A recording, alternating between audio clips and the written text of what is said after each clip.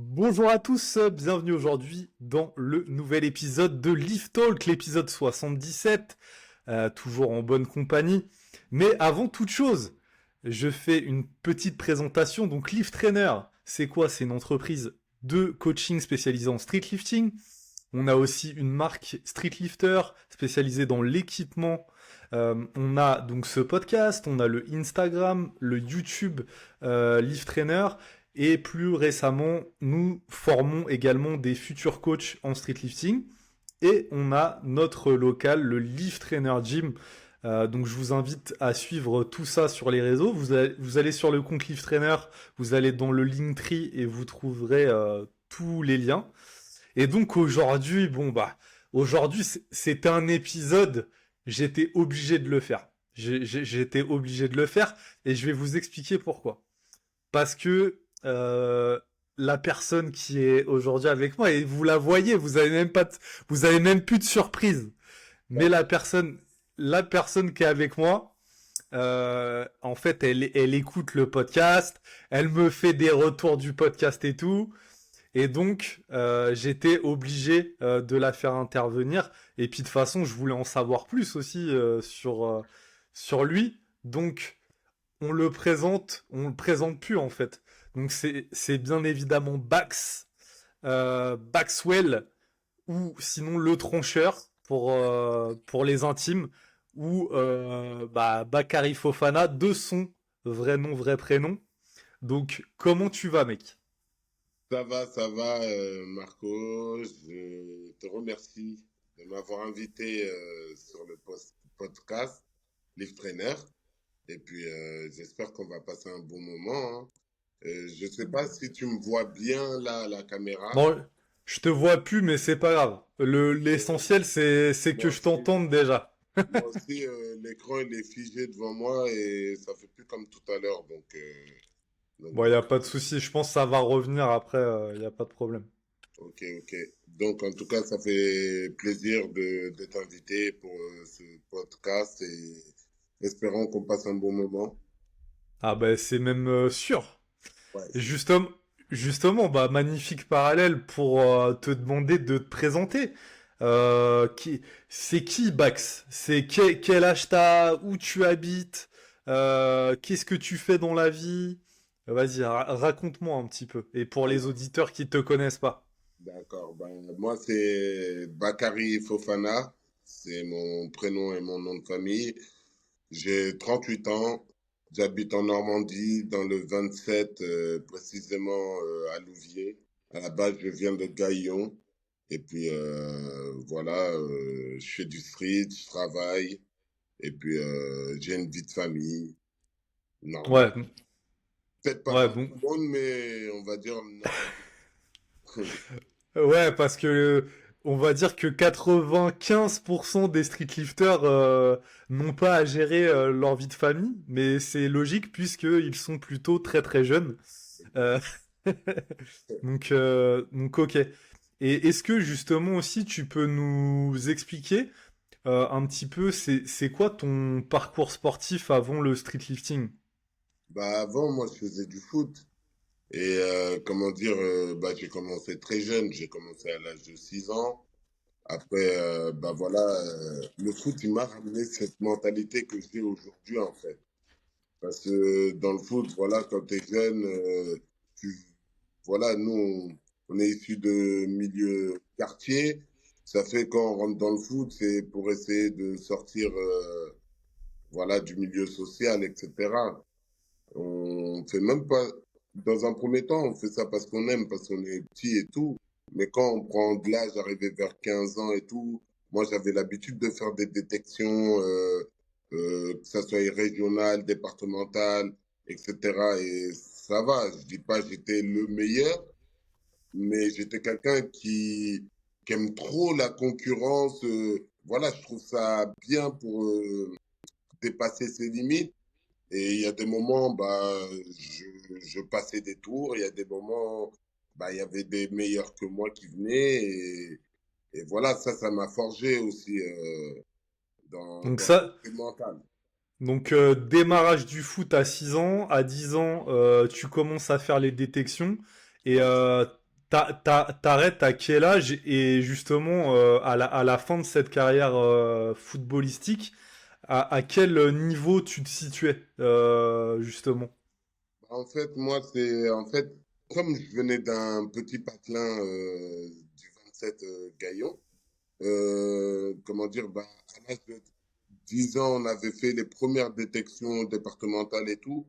Bah, je suis allé jusqu'au dernier tour. En gros, c'était une mise en bouche qui nous préparait quand on arrivait en moins de 13, etc., à d'autres détections.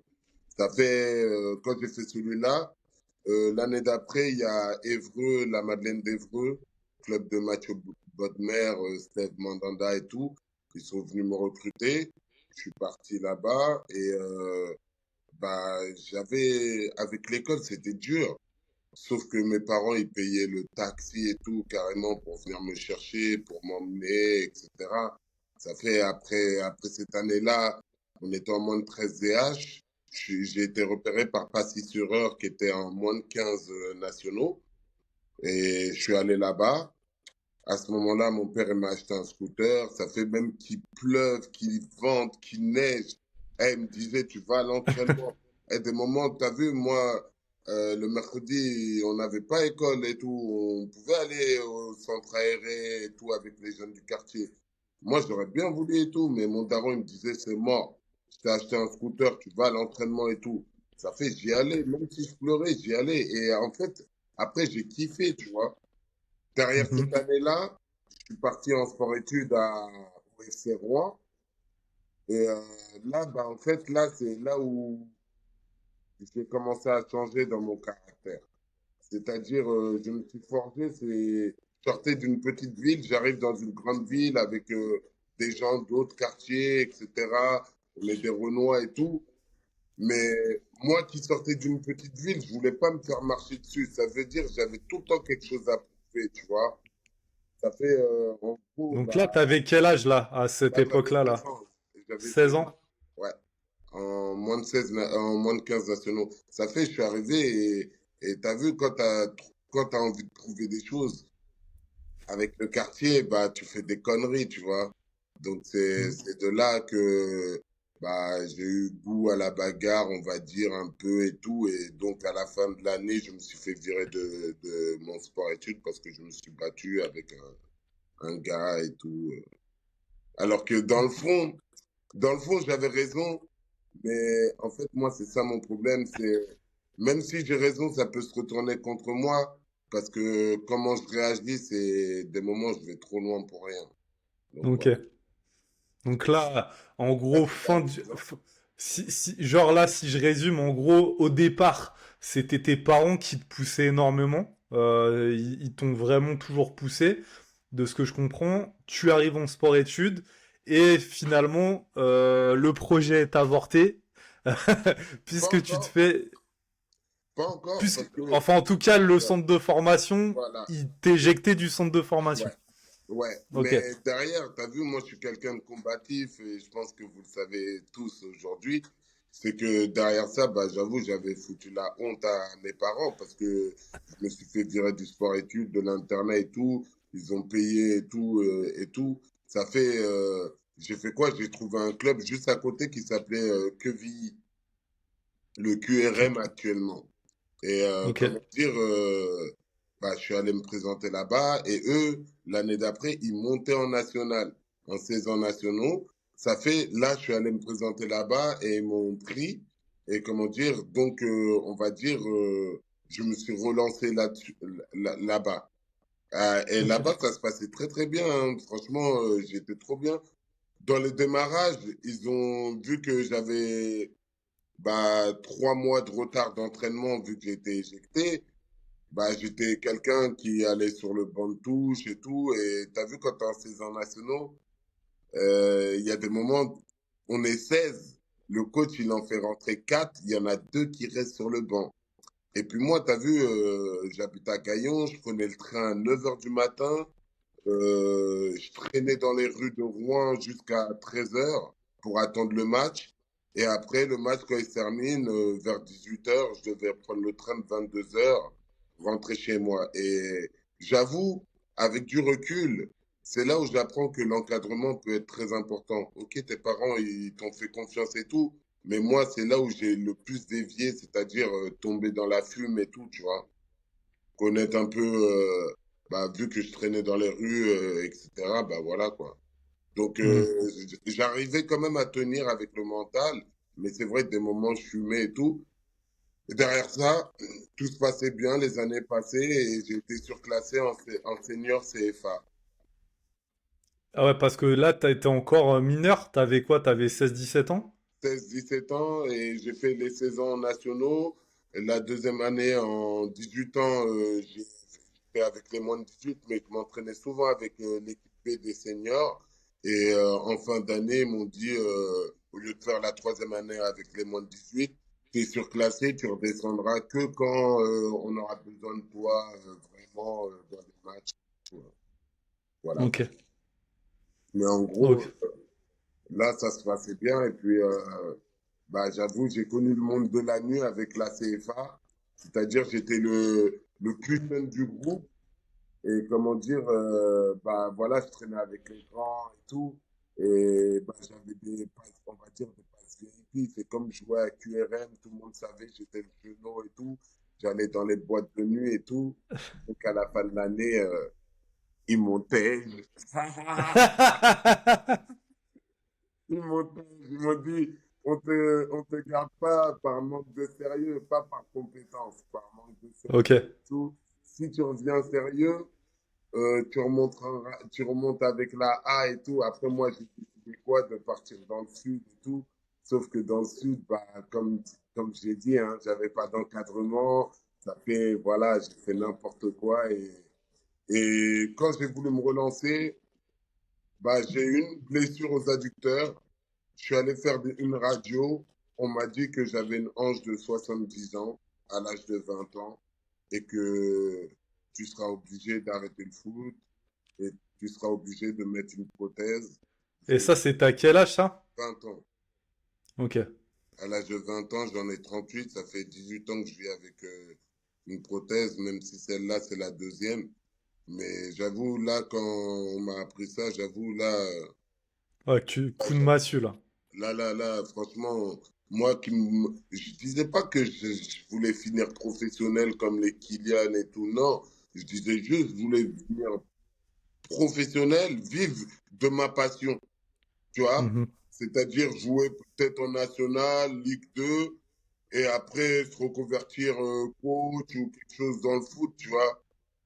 Tu vois, rester dans le monde du foot parce que j'aimais trop le foot, tu vois. Moi, le foot, voilà, franchement, Ouais, c'était toute ta vie, quoi. c'était toute ma vie et je sais que, voilà, sauf que quand Dieu me donnait, j'avoue, je faisais n'importe quoi derrière et il me reprenait. Et puis voilà, il y a eu un moment, il m'a laissé tellement de chance qu'il y a eu un moment, il m'a fait comprendre c'est mort. Que le foot, il pouvait être fait pour moi, mais honnêtement, c'est comme on entend les histoires d'actualité. J'étais dans ça, tu vois ce que je veux dire? C'est-à-dire Ah. soirée, c'est le monde du foot, soirée, meuf, n'importe quoi, tu vois. En fait, on est des assistés, nous, les footballeurs. Et Ouais. si tu remarques, même moi, un peu, quand je suis arrivé dans le street, je pensais que les choses allaient être données assez facilement, tu vois, parce qu'en fait, je viens du milieu du foot, et quand tu es bon, on te donne Hmm. beaucoup, beaucoup, beaucoup. Et j'oublie que c'est vrai que dès que j'ai quitté le monde du foot, bah, même les gens professionnels que je côtoyais, plus de calculation, plus rien et tout. Donc voilà, c'est Mhm. vrai que je suis parti un peu en sucette, on va dire, 4-5 ans. C'est-à-dire, je travaillais pas, je restais au quartier, je faisais rien de ma vie et tout. Et puis au bout d'un moment, bah, j'ai trouvé la femme avec qui je vis aujourd'hui. Et on a passé, bah, au début, dans la première année, voilà, tranquille. Je travaillais à Inter en tant que vigile, donc tranquille. Sauf que au moment que je fais on ficelle pour faire le mariage et tout, bah, je sais pas comment ça se fait, on reçoit un contrôle à Intermarché et comme j'avais pas le CQP, on m'a dit j'ai plus le droit de me présenter sur mon lieu de travail. Mhm. Et ok, je vais voir avec mon patron, vu que j'étais en CDI. Sauf que mon patron, qui était à Trappes, il avait une maison mère à Trappes et tout, plus de son, plus d'image. Ah, ok, Je suis pas d'accord. licencié, je suis pas licencié, j'ai pas le droit de toucher les acédiques, etc. Et je suis en plein ficelage de mariage. Bon, j'avais mis des sous de côté à l'époque et tout. Et comment dire, je vivais avec ça. Et j'ai entamé les démarches de prud'homme et tout, sauf que j'avoue, ça a mis du temps. Ça a mis au moins un an, ça fait pendant un an et demi, pas d'acédique, rien. Je peux même pas prendre de loyer avec ma femme, ça fait ma femme, voilà, viens, vis chez mes parents avec moi. J'avoue, j'avais un peu honte, hein, tu vois.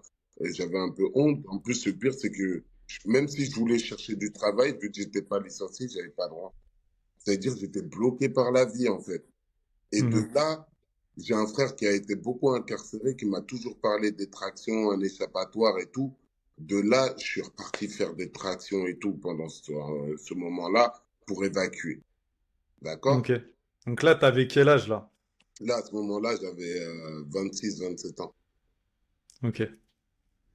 Et après, il y a eu un gros tournant dans ma vie, c'est l'arrivée de ma fille. C'est-à-dire, ben voilà, la poisse s'acharnait sur moi, hein, comme je vous dis, tout dans le tout et tout. Madame a réussi quand même à tenir pendant un an, à vivre chez mes parents avec moi et tout. Au moment où, où,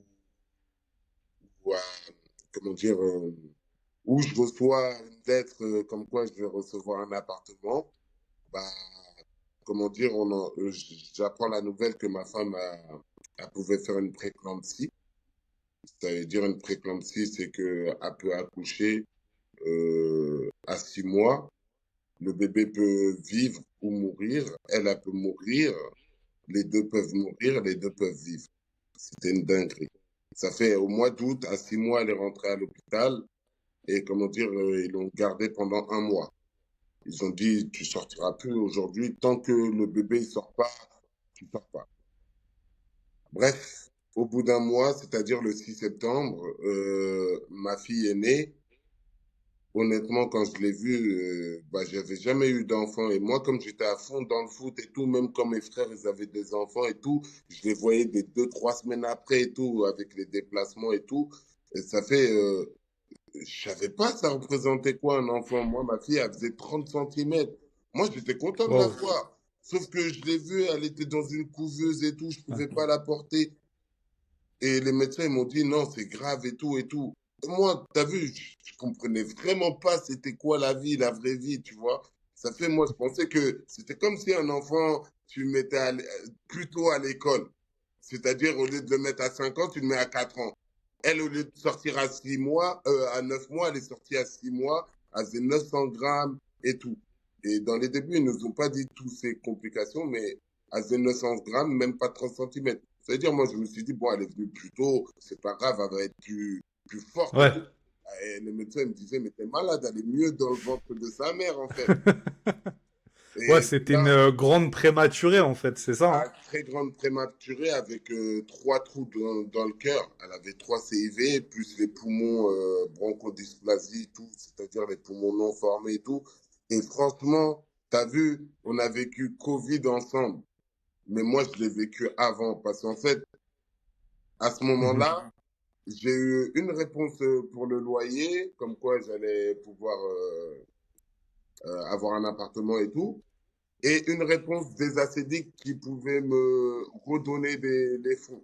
Comme ils ont bien vu que c'est vrai que je touchais pas, là, y en a, donc j'ai touché quand même un bon billet et tout pour le retard qu'ils avaient mis. Et comment dire, sauf que donc je pouvais travailler, mais vu que ma fille était dans des conditions comme ça, bah, je pouvais pas travailler. Donc pendant un Mhm. an, pendant 6 mois en tout cas, les 6 premiers mois, comme c'était super dur, on vivait le jour, tous les jours on était à l'hôpital.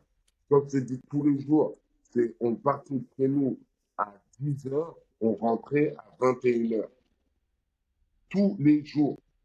Les médecins nous disaient, mais prenez des jours pour vous et tout, hein. Une seule fois, on est arrivé à 16 heures. c'est la seule fois où on a vu la couche et tout, elle n'était pas changée. On a dit, jamais, plus jamais on reviendra à ces c'est mort, tu vois.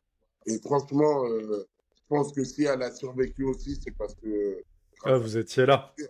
Mais on était là tous les jours, on était là. Nous, 3 fois, ils nous ont dit, elle va pas mourir, elle va pas vivre. Ou ils nous ont sorti des, euh, des trucs, même si elle va vivre, elle aura des séquelles, genre trisomie, trop d'eau dans le cerveau, plein de trucs comme ça. Et aujourd'hui, tu as vu, elle a 10 ans depuis le 6 septembre-là. Bah, je dis, alhamdoulilah, hein, gloire à Dieu, mais franchement, tous ceux qui la voient, c'est comme si elle n'avait jamais rien eu. Le seul truc qu'elle a gardé, c'est son strabisme, parce qu'elle était intubée trop longtemps. Donc, voilà.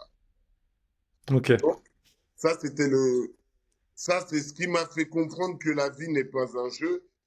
Et derrière ça, vu que je tractionnais pour évacuer, et que c'était en 2014, 2015, 2016, le street workout commençait à prendre un engouement. Ça fait que j'ai commencé à voir les soldats du quai, la SWAT team, All Bars, par Internet, tu vois. Et là, dans ma ville, j'ai dit, moi, ça y est, je suis dans ça. Et en plus, maintenant, je suis forgé parce que ma fille, elle m'a donné du peps et tout, tu vois. Ça fait, je suis parti dans un quartier dans le 9-2. De là vient 9 ils ont dans la ville. C'est un quartier dans le 9-2, bah, Rueil-Malmaison. Et il y avait une compétition là-bas. Et j'ai fini premier. J'avais fait 40 tractions, mais c'était les tractions où tu t'en pas les couilles et tout, tu vois. Ouais. J'en avais fait 40 et quelques champions et tout. Et de là, j'ai vu, moi, je me prête vite au jeu. De là, j'ai dit quoi? Vas-y, je vais écrire mon histoire dans le street workout et tout. Je pensais que ça allait être facile, hein. Aujourd'hui, j'ai vu que c'est trop dur. Ah, on y reviendra sur ça, mais non, non. Enfin, oui, c'est dur, mais. Donc là, en fait, tu m'entends toujours, Bax? T'entends très bien. Ok. Donc là, une petite synthèse rapide de tout ce que tu as dit jusqu'à présent. Yes. En gros, jusqu'à l'âge de, même plus 20 tard, ans. je crois, 20 ans, voilà. C'est là où, en gros, il y a une scission avec le monde du foot. Et puis après, il y a une période de vagabondage. C'est Et ça. puis en fait après, bah, vite, tu découvres le street workout Ouais, avec les tractions. Et il y ouais, a des événements aussi qui font que, notamment la naissance de ta fille qui a été compliquée, ouais. qui a fait que tu t'es mis encore plus dans le sport. Et c'est ça qui t'a donné la force et qui te donne la force encore aujourd'hui. Euh, et moi, en fait, je voulais réagir à ça parce que, en fait, enfin, je trouve que c'est une constante que tu retrouves chez beaucoup, beaucoup de champions. Mm. C'est-à-dire que ils ont tous eu un moment dans leur vie, un truc compliqué, une enfance compliquée, des séquelles de tel ou tel truc. Même, on pourrait dire même autrement, de manière négative Mm. et grossière, une vie de merde. Voilà. Et en fait, je trouve que des fois, c'est nécessaire d'être passé par ces épreuves pour justement avoir la force dans ce genre de sport, avoir la force de se dépasser. Et là, on parle de street workout, street lifting, mais ça peut être aussi dans d'autres choses. Moi, ça On, m'a on, appris même dans la vie, hein. voilà. Et donc, je trouve que ça se retrouve vachement, tu vois, moi, je trouve que ça se voit, tu vois, il y a des gens, tu parles même pas avec eux, tu les vois quelques minutes, tu vois qu'ils ont la rage, tu vois. Tu Mm. vois qu'ils ont un truc en eux. Et il y en a d'autres, ils ont rien. Bon, après, C'est tout le monde est chacun. différent, hein. Ouais. Tout le monde est différent. Mais je trouve que ceux qui vont loin, c'est ceux qui ont ce truc-là en plus, tu vois, genre qui ont cette rage en plus. Et donc là, moi justement, bah nickel, on est arrivé à la deuxième question. Aujourd'hui, donc là, Bax, il a 38 ans. Mhm. Et c'est quoi ton palmarès? C'est quoi tes performances? Et quelle compétition tu as participé enfin, si tu peux nous en citer quelques-unes. Ok. Bah, en fait, bah, là, aujourd'hui, à 38 ans, j'avoue, je suis rentré dans le street workout. Et comment dire, juste une petite aparté pour revenir à ce que tu as dit. En fait, c'est pas une vie de merde, parce que je te mens pas. Même quand je vagabondais, c'était là où j'allais le plus en vacances, etc. Hmm. C'est-à-dire, en fait, c'est pas une vie de merde. Non, non, mais je dis C'est ça vraiment pour...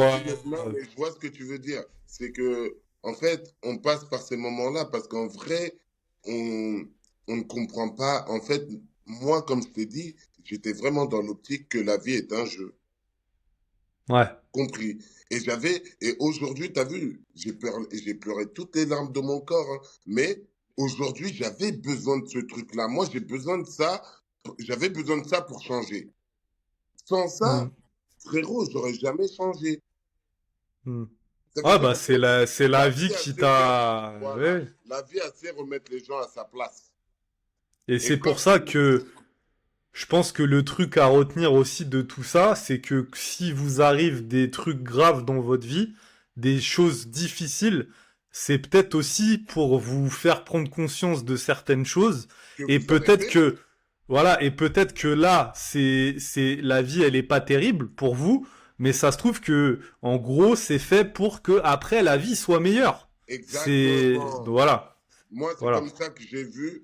C'est en fait sur le coup, quand tu vis le truc, tu te dis ouais, pourquoi ça t'arrive qu'à toi, nan.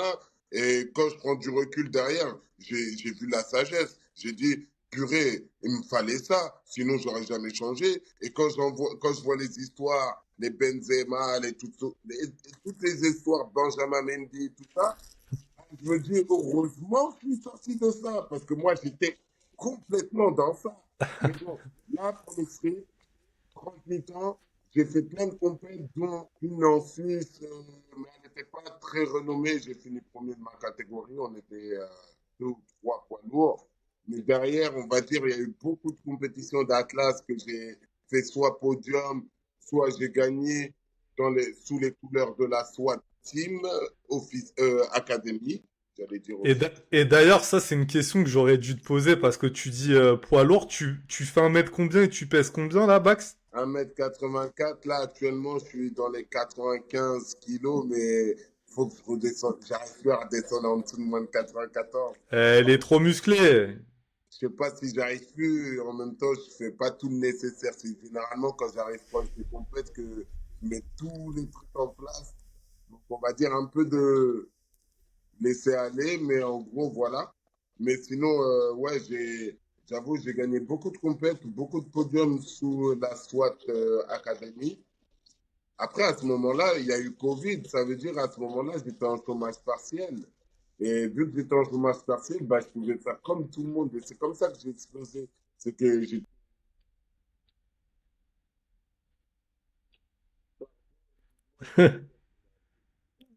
Pas de 30 ans. souci. Ouais, ouais, c'est bon, hein. Mon père, il m'a appelé, il est à l'hôpital. D'ailleurs, je pense qu'on va revenir là-dessus. Mais en gros, ouais, j'avais gagné beaucoup de trophées et tout avec la SWAT Academy et tout. Et j'étais en chômage partiel, ça veut dire en fait pendant un an, j'avais le temps de m'entraîner même des moments 2 fois par jour. C'est comme ça que j'ai pris du niveau quand même en fait. Derrière ça, il y a Mhm. Ludo, sans oublier que Ludo, voilà, il m'avait pris sous son aile, etc. Donc, j'ai fait mais sinon, j'ai fait des compètes avec Soldat Duquet auxquels j'ai fait des programmes. Euh, mais la plus grosse carte du game, c'est la première fois que je suis sorti de ma ville pour venir faire une vraie compète nationale, Soldat Duquet. T'as vu, dans ma Ok. ville, tout le monde disait j'étais chaud, j'étais chaud, j'étais chaud. Je suis arrivé à Soldat Duquet, et j'ai mangé une de ces tartes. Je te jure, je connaissais pas le desktop et tout. Et franchement, bah, depuis, ça m'a redonné encore plus envie d'en venir plus fort. Il y a eu ma deuxième intervention de la prothèse. Et de là, j'ai dit, quand je ressors de l'hôpital, j'ai donné la gomme et tout. Et c'est de là que, bah, il y a eu la SWAT Team Academy. derrière ça, il y a eu SFC auquel bah, j'ai fait aussi quelques trophées et tout. Et puis, depuis cette année, je suis chez la All Bars. Donc là, première compétition, c'était quelle année? La vraie première compétition, c'était en 2019, Soldat du Quai. Ok, donc ça fait 5 ans que tu es dans le monde de la compétition Ah, en moi, streetwear. franchement, s'il n'y a pas de compète, je vois pas pourquoi je mettrais autant d'âme et d'entraînement par Ça, ça, tu me l'as déjà dit, ça. Et du coup, ah ouais, alors, poids lourd, et c'est quoi tes perfs c'est Ah quoi ouais. tes meilleurs perfs en compétition? Ah ouais, bah j'avoue, en poids lourd, bah, j'ai déjà fait en PDC, bah, j'ai encore le record de France pour le moment, en plus de 85 kilos, 35 répétitions deadstop. Et derrière, dans le lift, j'ai un record de France en plus de 95 kilos, qui est plus de 94 kilos, qui est de 95 kilos en poule. Les FNSL, j'ai fait première place des premiers pas. Sur celle-là, je suis extrêmement fier parce que bah, je m'y attendais pas et j'ai sorti un squat à 180 sans savoir le bracing, sans savoir rien du tout. Je sais pas comment j'ai fait. Le bon Dieu était là avec moi. J'ai sorti un squat et j'ai fini premier. Sinon, après, j'ai participé à beaucoup de FNSL sans faire de podium. Enfin, cette année, j'ai fait un podium parce qu'on était trois ou quatre, je crois. Mais sinon, sans faire de podium, bah, parce que généralement, tout le temps, arrivé au squat, c'est là où je me fais détrôner, dédoubler, fumer, Mhm. égorger, trancher, dans tous les sens. Donc là, ouais, et là, justement, je crois que tu t'es inscrit pour toutes les FNSL Only, je crois, hein. Bah, pourquoi je t'ai dit, moi, je m'entraîne pour me. Et là, cette année, ce qui est beau, c'est que c'est Only là, ça va être un feu pas possible. Parce que Ouais. il y a, dans les moins de 94, il y a Achilles, il y a Riwan, des beaux challengers quand même. Moi aussi, je suis un challenger cette année dans les moins de 94. Mais par exemple, en MU, il y a Thiago, il y a Adamasum, il y a enfin Ludo, et il y a aussi Captain. Ça veut dire, en fait, Mm. ça va être, en fait, la troisième place, ça va être une battle de zinzin. Parce que moi, je ne sous-estime pas un mec comme Achilles, hein. Il progresse très, très bien, et il peut très bien, tu sais, 30 kilos, il suffit que les gens ils prennent des no-reps, et lui, il a fait un 30 kilos propre, et c'est lui qui a la troisième. Ça veut dire, Mm. je dis, Tout peut se passer. tout peut se passer. Ça va être très stratégique. Et voilà que le meilleur gagne. Ça fait en fait, le show, il sera là. Parce que, tu vois, le classement, il sera assez serré. Et normalement, il y aura du bon niveau quand même. Après, Mm. en poule, c'est pareil. Il y a Thiago qui a fait une poussée Bah, monstrueuse. attends. Justement, j'ai une autre question. Et justement, ça fait le lien. C'est justement ce week-end, il y avait la FNSL Espoir Yes. et t'es venu donner de la force et de la voix. Et moi, je comptais là-dessus pour que tu mettes l'ambiance, je te l'ai Ouais, dit. ouais. Et justement, qu'est-ce que t'as pensé de la compétition? Et deuxième question, c'est quoi les moments forts, si tu pouvais en citer deux, trois? Ok. Bah alors, pour dire ce que j'ai pensé de la compète, franchement, niveau organisation, j'ai trouvé ça bien. Il n'y a rien à dire. Après, j'étais pas là pour les 2 jours, mais je pense que vous avez tenu à peu près le time-up là, que vous avez fixé à la journée. Ça n'a pas fini très tard. Il y a quoi d'autre? Il y a, je trouve la salle un peu petite et avec le monde, ça fait très chaleureux. Ça veut dire pour les athlètes, ça peut être assez dur pour les ventes. En gros, comme il n'y a pas la clim, il fait super chaud. En plus, c'est un petit espace, ça veut dire c'est concentré, ça veut dire même pour oxygéner, j'imaginais à leur warm-up Hmm. squat, tu vois. Imagine, tu fais ça l'été, les gens, ils Ah montent bah, pas combien, tu vois. c'est mort. Sinon, mis à part ça, En termes d'organisation, j'ai trouvé ça bien. En termes de jugement, il y a juste eu un petit moment où est-ce que je suis venu te demander, voilà, poto, j'ai pas compris. Après, voilà, je sais que juge, c'est difficile, hein, mais le tir a été rectifié. Donc, niveau jugement, il n'y a pas grand-chose à dire. Après, on le sait, c'est du bénévolat, c'est dur d'arbitrer, faut trouver des gens compétents, c'est pas facile. À la fin, tout le monde va demander un billet, on peut pas payer les gens, tout ça, donc on fait avec ce qu'on peut et surtout ce qu'on a. Donc moi, je le comprends. Et les moments forts, ah, il y en a eu, hein. Franchement, je suis que dimanche, mais il y a eu des moments forts. Il y a eu, Je, pe- je pense que le dimanche, c'est là où il y a eu le plus de hype, tu vois. il y a eu de la hype, il y a eu de la hype, il y a eu de la hype, il y avait de la guerre, c'était beau, c'était tout ce que je voulais voir. Et d'habitude, comme je suis en compétition, je ne vois pas de l'extérieur. Là, j'ai vraiment vu de l'extérieur. C'est vrai qu'il y avait Thiago et Braza, ce sont mes gars à moi et tout, nanana, donc j'ai donné de la voix pour eux. Mais un gars comme Amir, Mextil, les deux, je les connaissais pas. Lucien, même Manu, quand je l'ai vu faire ses émus, ah, j'ai kiffé, frère. Tu vois ce que je veux dire? Ça veut dire, en fait, il y en a d'autres. Je ne veux pas oublier d'autres personnes, mais en gros, il y a eu des moments forts. Mais le moment le plus fort, il y en a trois. C'est Thiago, c'est son record du monde. Ensuite, son pool à 102. Il y a Braza qui avait fait une putain de compète et son jet de barre de la fin. C'était Ah ouais, ouais. son drop à la fin. Hmm. Parce que franchement, ce petit, il a beaucoup d'énergie et j'aurais kiffé. Et comme j'ai dit, hein, t'as vu, moi, le fait qu'il ait drop, t'as vu, je suis quelqu'un de dur et tout, mais qui a beaucoup aussi de cœur. Frère, il m'a mis en larmes. La vie de ma mère, quand je suis allé le relever, j'ai pleuré dans ses bras, frère. Parce qu'il a dégagé, en fait, malgré qu'il ait drop et tout, moi, c'est son énergie de la journée qu'il a dégagé. T'as vu, c'est des gens qui me voyaient s'entraîner à l'arène, ils connaissaient même pas le street il y a encore 1 an et demi, hein. Enfin, ils connaissaient, ils faisaient du street workout, mais le lifting et tout, il avait zéro en ému, hein. En 6 mois, sous la houlette de Captain, il te fait ému à 21, à 20 kilos, 21, 25, etc.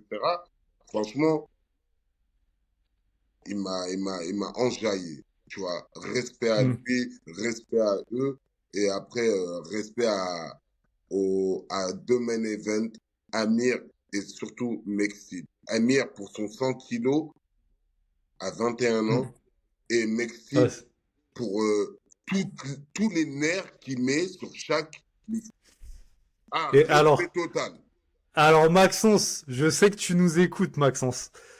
Mec, j'ai Un respect jamais total. vu, j'ai jamais vu un mec qui crie en faisant des tractions. C'est pour vous Incroyable. dire, c'est pour vous dire à quel point le mec il a du nerveux Il a du et nerveux. ah ouais, un truc Même de malade. comment il criait, eh, gros, on était côte à côte. J'ai dit, regarde, j'aime trop, j'aime trop. Le mec, pendant qu'il tire, tu vois même sa mâchoire, tout. Tu vois que le gars, il est vraiment dans le truc, tu vois. Et c'est ça qui est beau, en tout cas. Et justement, bah, alors tu nous as cité tes moments les plus forts. Est-ce que, genre, bah là, vu que c'était des espoirs, est-ce que tu vois des noms pour la relève dans les années à venir? Waouh, j'avoue, attention, il y a des shadows. C'est-à-dire, il y a des personnages cachés qui sont pas encore sortis du trou. Mais bien sûr, après, nous, on n'est pas partis, hein. Il me reste encore 2 piges, hein. Plein. Tu vois. Mais non, sérieusement, bah, le niveau s'élève. Mais trouve, pour moi, il y a encore un gap entre les espoirs et les nationales. Pourquoi je dis ça? C'est que, bah, un mec comme Thiago, c'est un niveau national. On est d'accord. Mais si tu le mets dans la vraie poule, c'est-à-dire il y a Théo, Paki, Ludo, Thiago, et peut-être bah, moi tu me mets Ariles, et peut-être il y en a d'autres qui sont forts en moins de 94. Ça se peut, il a pas les trois premières places, Thiago. Parce que si tu Mm, regardes Paki, Théo et Ludo, ils ont plus de 500. mm. Ça veut dire en gros, tu as vu les espoirs. Moi j'aurais dit quoi? Pour moi, hein, j'aurais dit il faudrait qu'on fasse 3 ou 4 compètes FNSL.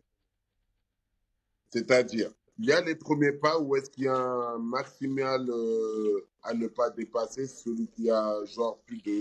Il ne peut pas les faire. D'accord? Ensuite, il y a une compète de premier pas qui devrait se mettre entre premier pas et les espoirs. Ok. Pourquoi? Pour ceux qui ont un niveau proche des espoirs, mais qui n'ont pas les espoirs.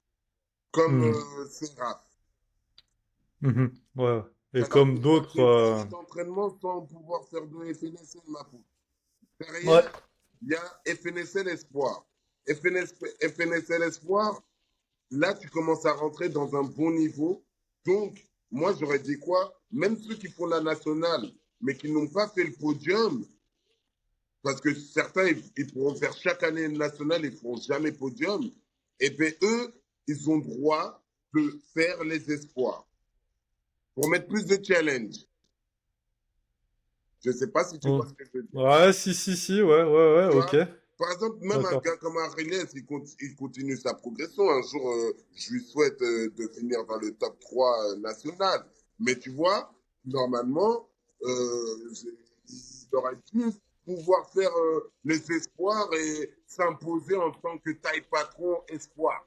Tu vois, comme Thiago, il est venu, Thiago, c'est différent. Il était blessé pour les nationales, donc il n'a pas pu les Ok, faire.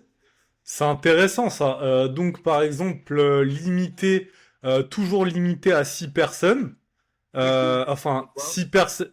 Enfin, en gros, 6 personnes qui peuvent se qualifier et laisser 2 places vacantes pour les gens qui ont un niveau national et qui voudraient se confronter aussi et mettre du challenge avec les espoirs. Bah, C'est ça, hein?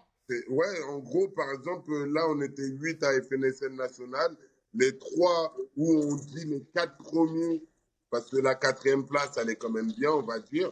Les 4 premiers, ils n'ont pas le droit de faire la compétition espoir, mais les 4 derniers, eux, ils ont le droit. Et ça ne veut pas dire que les 4 derniers vont être premiers aux espoirs, hein. Tu vois ce que je veux dire? Ok. Et ça met aussi du challenge. Et même pour eux, c'est pas à chaque fois, OK, au national, on a un niveau national, mais on se fait tout le temps débiter parce qu'il y a toujours eux qui sont là. Tu vois, à eux aussi, ça leur fait aussi un palmarès. Tu vois, c'est du win-win pour tout le monde. Ok. Ouais, ça, c'est intéressant de faire une compète, peut-être la renommer différemment, genre Grand Prix Ouais, de je sais bah, pas quoi. intermédiaire, en gros, un truc où est-ce que Ouais. le niveau est assez relevé et qu'on sait que les têtes d'affiche, ils vont pas venir. En gros, eux, on sait, ils vont même pas venir. Eux, ils attendent que les trains nationaux. Mais en gros, ceux qui ont été en dessous, ils veulent la faire, ils veulent la faire pour, voilà, mettre aussi du niveau. Ok. Ok, ça marche. Donc, C'est voilà, hyper intéressant en tout cas. Et moi, je voulais revenir sur ton entraînement. Tu t'entraînes combien de fois par semaine? 5 fois. Ah ouais, ok. Et cinq ça se fois, mais décompose là, comment? actuellement, je suis plus à 4 vu que j'ai le squat de côté depuis, depuis septembre, parce que chaque année, à cette période-là, octobre-novembre, j'ai un rendez-vous avec mon chirurgien. Ça fait, je préfère bien relaisser le moins de stress possible sur ma jambe, etc., pour voir s'il y a les radios qui sont propres et tout. Et s'il me donne l'aval, bah, je reprends le squat. Chaque année, Ok. je fais ça, hein. C'est pas, c'est du squat, je fais du squat parce que genre, j'en ai qu'une envie. Non, à la base, si je pouvais ne pas faire de sport, je n'en fais pas. Mais là, j'en fais, d'une, parce que j'ai aussi l'autorisation de mon chirurgien. Ouais. Ouais, Non. ça, c'est ce que j'avais vu sur. Ok. Mais il me le déconseille, il me le dit, fais attention, mais pas des charges super lourdes et tout. Après, voilà, on fait, regarde, FNFL, je suis arrivé, j'ai pas fait le coup, maintenant je compris, tu vois. J'ai fait mon drop, j'ai compris. Le squat, c'est dangereux. Non, c'est dangereux. Ok. Donc là, à l'année, 5 fois et là, en ce moment, 4 fois. Tout à l'heure, justement, donc, tu nous disais que tu avais 38 ans. Mm. Est-ce que tu sens que là, tu commences à sentir le poids des années, là, ou pas du tout? Franchement, honnêtement, j'avoue, moi, pour moi, c'est pas que je ressens le poids des années. C'est que, bah, j'avoue, je m'entraîne toujours aussi bien et tout, là. Mais c'est pas comme il y a 3 4 ans. C'est-à-dire, Ok. il y a 3 4 ans, comme tu dis, il y avait le chômage partiel, qui faisait que j'étais vraiment focus à 100%. Là, voilà, j'ai 38 ans, j'ai ma femme, j'ai ma fille, j'ai mon père qui a fait un AVC 3 semaines avant le téléphone national. Ça fait, là, il est encore à l'hôpital. J'ai ma daronne qui est seule. J'ai un grand frère qui est aveugle. J'ai un frère qui est incarcéré. J'ai des sœurs qui sont mariées. Ça veut dire, en gros, je cours un peu partout. Donc, c'est vrai que ça me prend beaucoup d'énergie. Donc, même si j'essaie de rester focus, parce que tu sais, la vie, c'est comme ça, il y a des moments, c'est un peu dur, comme on a dit tout à l'heure. Garde-foi et ça va repartir, hein. Moi, je sais, dans 2 piges, en tout cas, je suis encore investi à 100% dedans. Ok.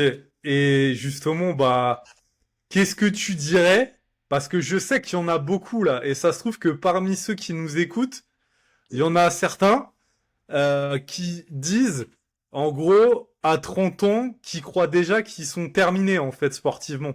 Qu'est-ce que tu leur dirais? Parce que toi, tu as 38 ans, tu fais encore des compétitions à haut niveau, t'arrives encore à progresser. Qu'est-ce que tu dirais à un mec de 30 ans qui croit qu'il est fini? Et en fait, cette question-là, elle va même plus loin. C'est que tu sais comme moi qu'il y a plein de gens qui prennent leur retraite. Est-ce que tu trouves pas que y a des gens qui prennent leur retraite trop tôt? Bah, après, il faut savoir, déjà, oui, pour revenir à ceux de 30 ans qui disent et tout, ça, c'est après, c'est dans leur tête et leur vécu. Moi, je ne connais pas leur passé, tu vois. Mais personnellement, bah, moi, j'ai commencé tardivement, en fait. Puisque 28 ans, j'ai eu ma c'est arrivé vers les 30 ans et tout. C'est vers les 30 ans que j'ai commencé vraiment à être dans le street et tout. Et j'ai envie de justement montrer que même avec un handicap et avec un âge, tu peux être chaud. Après, bien sûr, les petits, ils ont de l'énergie à revendre. Mais pourquoi? Parce qu'ils ont ça à faire.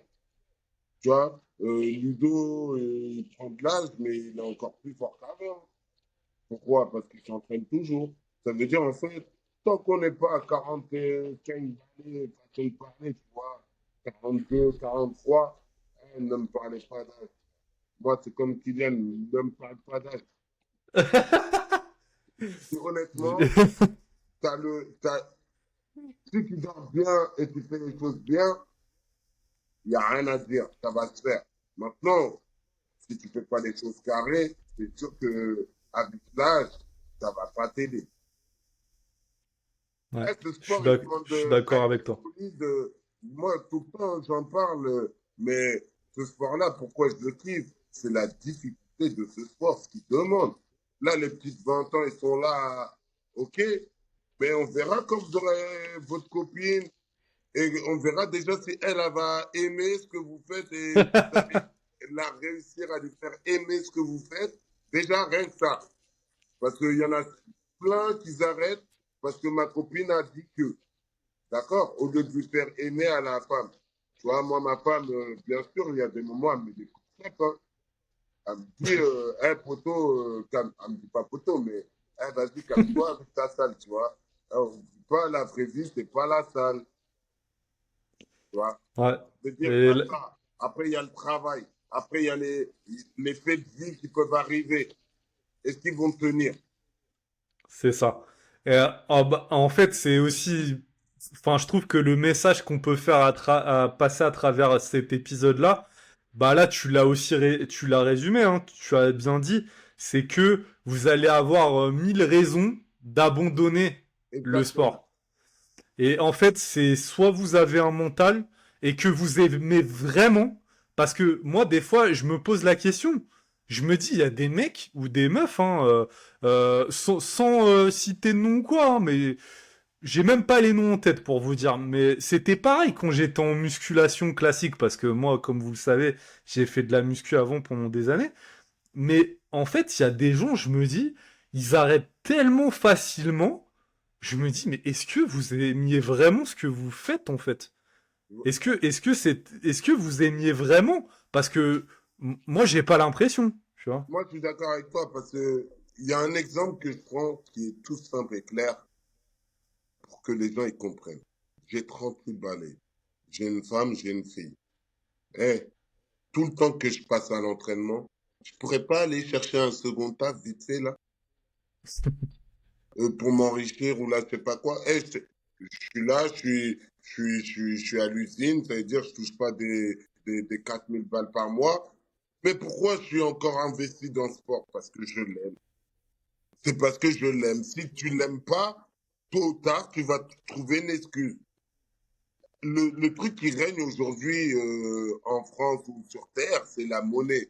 C'est-à-dire, il y en a plein qui, à mon âge, ils ont dit, vas-y, au lieu de d'aller faire tous les jours du 2 heures et demie d'entraînement, là, je vais aller trouver un petit mi-temps à côté de mon plein temps où je vais aller fructifier, tu vois. Moi, je fais pas ça pour le moment. Parce que j'ai envie de faire ce que j'ai envie, ce que j'aime, tu vois, à fond. Et puis après, voilà, si je dois passer dans un autre truc, je passerai dans un autre truc. Et si ce truc que j'ai aimé à fond peut m'apporter à trouver un truc qui peut monétiser, etc., eh bien là, je ferai. Mais pour le moment, j'aime tellement ce sport que, voilà, quoi. Je préfère pas cracher sur la thune, mais en gros, tranquille, l'argent, ça vient, ça va. Je suis encore vivant. Alhamdoulilah, en plus pour la santé, je te jure, je vous mens pas que moi, si je fais pas de sport, le fait que je prends du poids vite, j'ai encore plus mal au niveau de ma prothèse. Donc,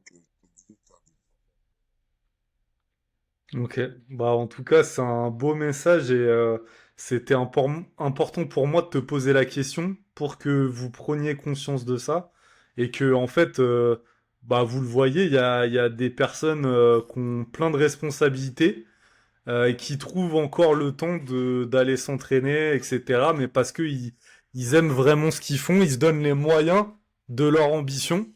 Et donc voilà, ça c'était important pour moi. Je voulais vraiment en parler. Justement, tu nous disais et tu me l'as déjà dit que tu comptes t'arrêter à 40 ans. Tu te laisses encore 2 ans là. Qu'est-ce que tu comptes faire après? quand je dis m'arrêter à 40 ans, c'est la cadence, la fréquence qu'on a actuellement. Tu vois. C'est-à-dire, je pense, hein, après je dis ça, mais imagine à 40 ans, je suis encore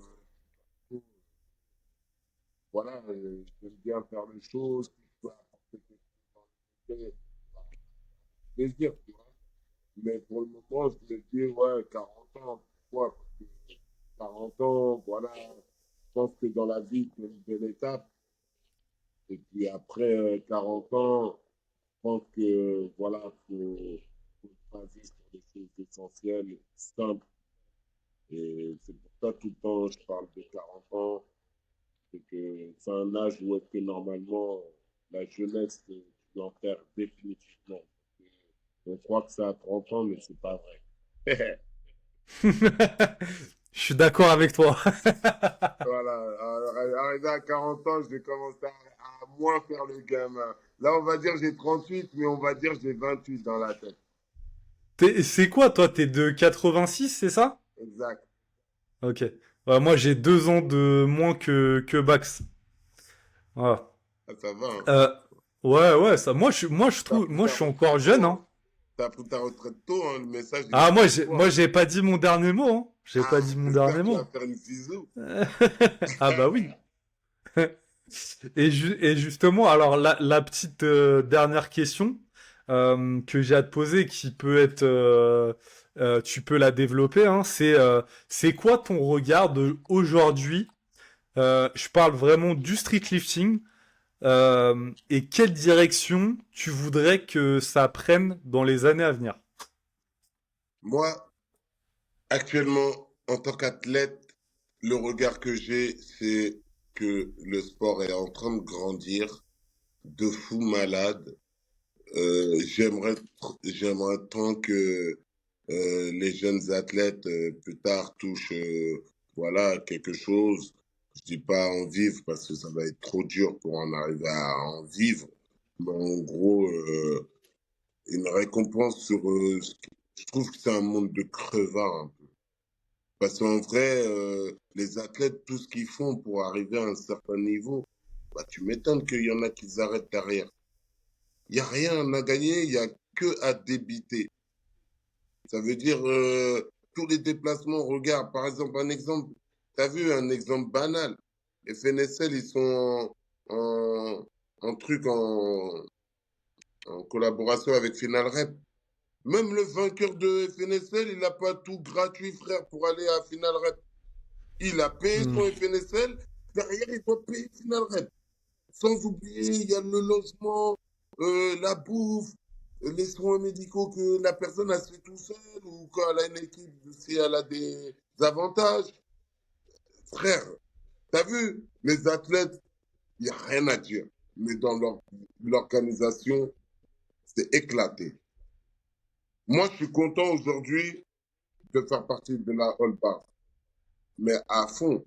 Et j'étais content d'être dans les autres équipes parce qu'elles m'ont tous apporté quelque chose. La SWAT, elle m'a appris la compétitivité. D'ailleurs, c'est pour ça que la SWAT là-bas, même si avant il y avait peut-être moins de personnes, bah, c'est là-bas où j'avais fait le plus de podiums et de première place. Tu vois. La SFC, elle m'a appris, Kevin, ce qui m'a appris, c'est le côté humain de fou. Tu vois, côté humain, il m'a appris ça. Et la All Bars, elle m'apprend vraiment beaucoup de choses. C'est que, pourquoi j'ai une chaîne YouTube aujourd'hui? C'est Omar qui m'a cassé la tête. Il m'a dit, écoute, t'es pas à l'All Bars de juste tu fais les compétences. Tu vas me faire un projet aujourd'hui et existe. Tu vois ce que je veux dire? Il m'a fait comprendre que, ok, c'est bien d'être dans l'équipe, ok, c'est bien d'être un compétiteur, un athlète, mais nous, on veut que, en gros, que tu fasses quelque chose de ce que tu fais. C'est-à-dire, tu as une Hmm. boule à 95 kilos, tu as un handicap. Crée quelque chose qui peut t'apporter à toi. Tu vois, même quand je te dis côté monétaire, c'est Omar qui me met tout ce côté-là dans la tête, tout ça. Ça veut dire, en fait, cette équipe-là, elle m'apprend à rester compétitif, mais à me développer encore derrière. Ok, Sans ouais, oublier, sans oublier que, ok, dès que tu payes l'adhésion, je vous mens pas, hein. Moi, mon FNSL de l'année dernière, c'est la All Bars qui a payé. Hmm. J'ai payé mon adhésion. Après, il y a des contrats qui sont mis en place. Si tu as fait première place, deuxième place, on paye tant, on rembourse tant, etc. On peut te donner ça, on peut te. Tu vois ce que je veux dire? Mais en tout cas, Hmm. ça, même si ce n'est pas des 1000 et des cents, c'est de l'attention pour un athlète. Et l'athlète, il n'a qu'une envie, c'est encore défendre le maillot et tout donner. C'est du donnant-donnant. Si on se déchire, c'est pour ça qu'il y en a plein, ils s'arrêtent. Ils se déchirent, ils voient, il n'y a rien. Ah, moi, je demande pas, comme j'ai dit, je demande pas des milliers de cents, juste de l'attention pour mon travail que je fais. Une forme de reconnaissance et ça me va amplement aujourd'hui. Donc voilà, ça fait la tournure.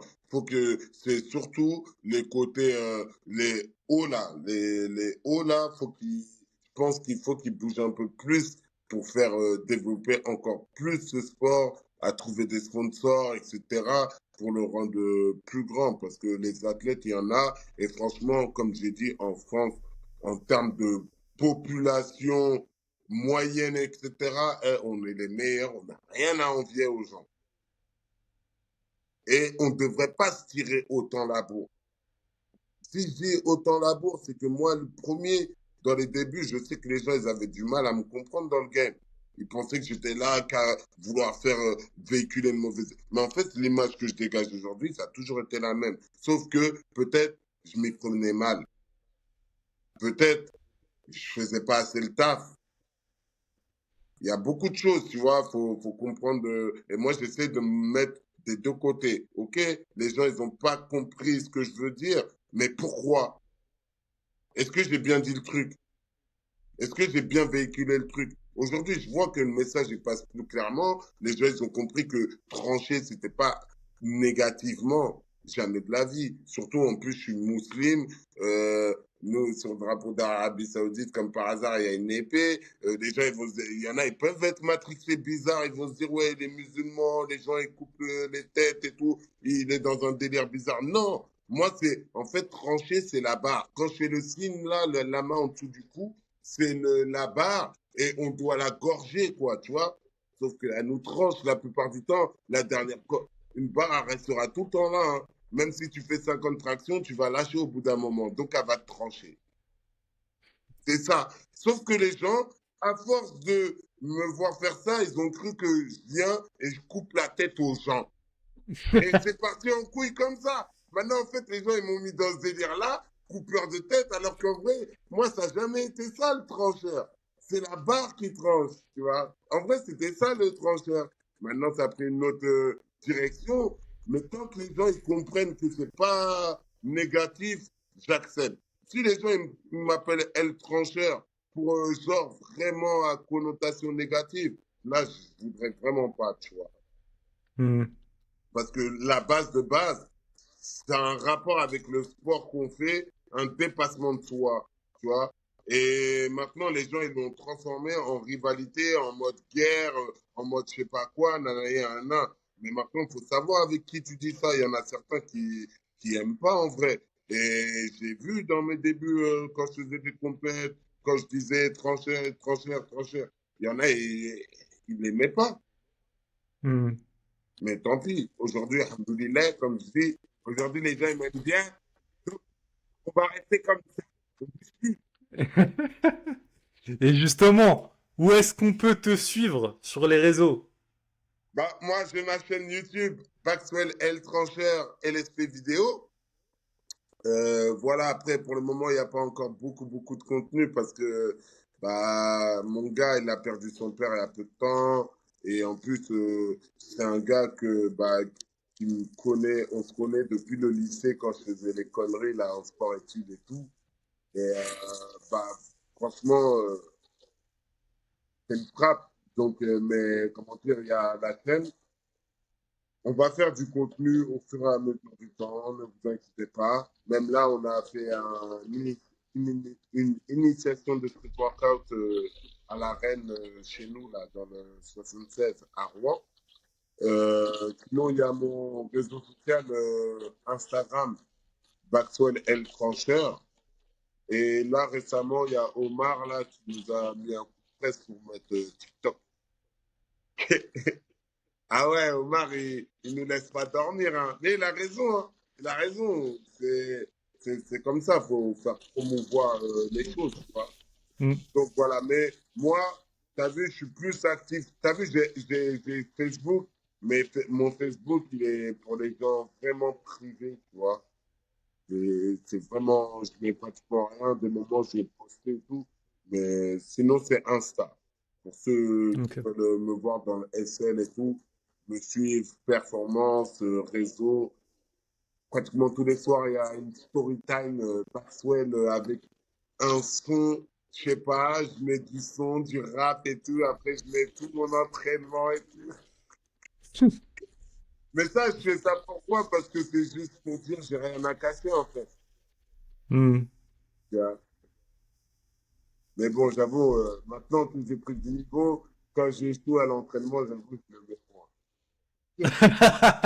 Avant, je m'en foutais. Aujourd'hui, t'as vu, j'ai un petit peu d'ego de mettre un échec, genre, t'as un peu trop fait, t'as pas passé 22,5 au ENI. La vie de ma mère, je vais pas le mettre. Non, je rigole. J'ai rien à cacher, en fait. J'ai rien à cacher. Ok. Bon, bah, en tout cas, moi aussi, je trouvais que c'était important ce podcast-là pour que les gens qui t'aperçoivent en compétition ou les autres, en fait, ils en apprennent plus sur toi, qu'ils sachent aussi, parce que Bax, il y a le Bax, comment dire, footeur d'ambiance, on va dire, un personnage, et puis il y a le Bax aussi dans le privé. Moi je dis il y a deux Bax en fait. Bax il a deux facettes, mais qui sont en réalité une même personne. Mais c'est aussi important que les gens sachent ça via ce podcast-là. Vous avez toute son histoire, tout son passé. Moi, j'en connaissais une bonne partie, mais j'ai encore aussi appris des choses aujourd'hui. Vous comprenez aussi pourquoi il a autant la rage que ça pour aller chercher des performances pour ce sport-là, etc. Et qu'en plus de ça, bah, c'est un passionné. C'est un passionné en fait. Et moi c'est ce que je dis toujours, c'est que j'arrive à voir tout de suite si la personne elle est passionnée ou pas. Et avec Bax, voilà, on s'entend bien aussi pour ça parce que on sait qu'on est passionnés tous les deux. Il y a aucune galère là-dessus. Donc vous savez où aller le suivre. Donc sur Instagram, sur YouTube, sur TikTok maintenant. Et euh, et voilà, bah merci beaucoup Bax d'avoir participé à l'épisode. Merci à toi.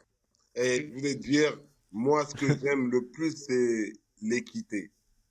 L'équité. Et je pense que là-dessus, tu y es. Et gros respect à toi, Marco. Parce que il y a eu un jour où, et c'est pas pour te jeter des fleurs, mais faut que les gens ils l'entendent. Et ça, toujours à Captain, je lui dis, à chaque fois que tu concrétises un truc, je lui mets une seule phrase. Il a tout quitté. Tu vois, c'est quoi? C'est qu'il y a eu un moment, tu t'as fait comme tout le monde, tu as tout lâché pour le stream. Frère, aujourd'hui, merci beaucoup et continue comme ça et que Dieu te donne. Honnêtement, si la Bretagne a plus beaucoup dans le street, tu y es pour quelque chose. Et des gens comme toi, bah, il n'y en a pas beaucoup. Donc, c'est pas pour faire la suie, excuse-moi pour le terme, mais franchement, c'est un grand respect d'avoir tout misé, tout misé là-dessus. Et surtout, aujourd'hui, tu arrives à te faire plaisir et à vivre de ça. Franchement, respect et continue.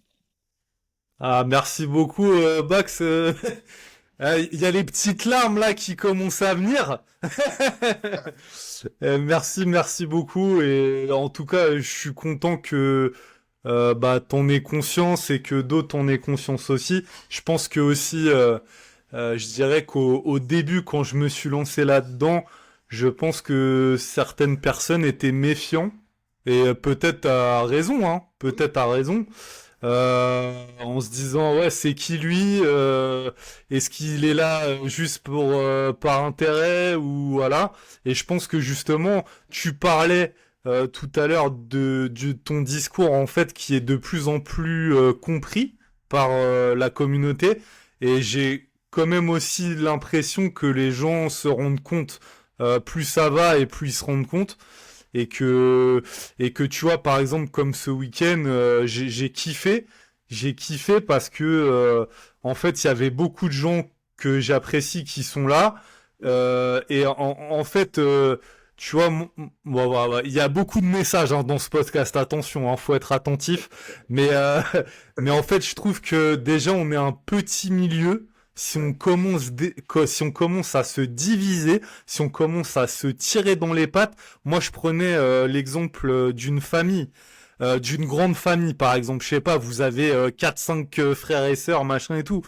Il y en a toujours un qui va casser les couilles Mm. et faudra prendre sur soi et en fait faut vivre ensemble et faut apprendre à vivre ensemble Et des fois, faut prendre sur soi, etc. Mais c'est comme ça qu'on avance. Et si après on reste trop sur des trucs, en fait, on n'avance pas.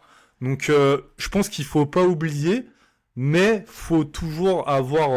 Je pense que les gens que je reçois sur ce podcast, ils veulent tous que le street lifting il avance. Et je pense que pour avancer dans le street lifting, il faut des fois mettre de l'eau dans son vin. Et voilà, il faut qu'on avance. Et moi, justement, l'événement de ce week-end, j'étais vraiment content pour ça. Et il y a un mot que t'as dit et je trouve que ça définit parfaitement ce que je voulais faire, c'est que c'était convivial. Mm. C'est que les gens, ils étaient tous ensemble et tout. Alors ouais, l'espace, il était pas. Je saurais pour la prochaine fois. C'est peut-être une surestimation aussi de ma part. Mais la prochaine fois, ça se fera ailleurs. On aura plus de place et tout. Ouais, Mais voilà, en fait, moi, ce que j'ai aimé, c'est qu'il y avait une bonne ambiance. c'est Et ça. pour moi, ça, c'est hyper important. C'est la base. Voilà. Bon, en tout cas, Bah, merci merci. beaucoup, Bax. Et bah nous, donc, ah oui, j'oublie, faut pas que j'oublie. Si vous êtes sur Spotify, oubliez pas de lâcher un 5 étoiles. Vous likez, vous commentez. Si vous n'êtes pas abonné, bah vous vous abonnez au podcast. Hein, je sais pas ce que vous attendez. Et puis, sinon, on se retrouve la semaine prochaine pour un nouvel épisode. Salut à tous! Salut!